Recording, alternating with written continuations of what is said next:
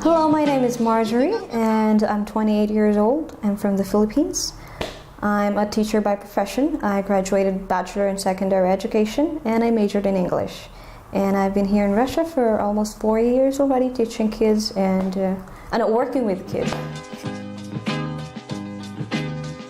Yeah, I do, because secondary education is for the big ones, the teenagers. It's more on on literature, we don't really study. We did not study how to, teach how to write or read, but it's more on everyday use of the language. That's our focus for our course. But I took this certificate. It's teaching English as a foreign language.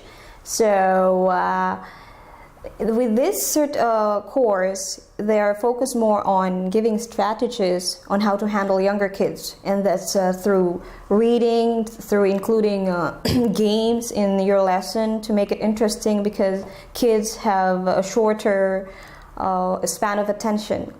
So you have to change the activity maybe after every 5 minutes or just 10 minutes, and then you change it with this activity. Maybe you can do reading, and then after that you can play some board games, and after that you can read again, or you can change reading to role playing, because this age they love role playing, having dialogues with you. Just make the topic interesting. Just choose topics that are interesting for them, so that you can encourage communication. You can encourage them to speak freely with you. If they want the topic, then they can freely talk to you, because it's something interesting for them.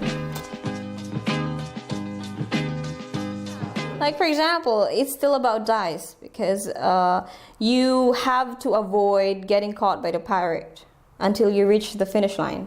The mechanics of the game, just avoid being caught by the pirate or being eaten by the crocodiles. So you have to make sure that when you throw the dice, you go to the correct path.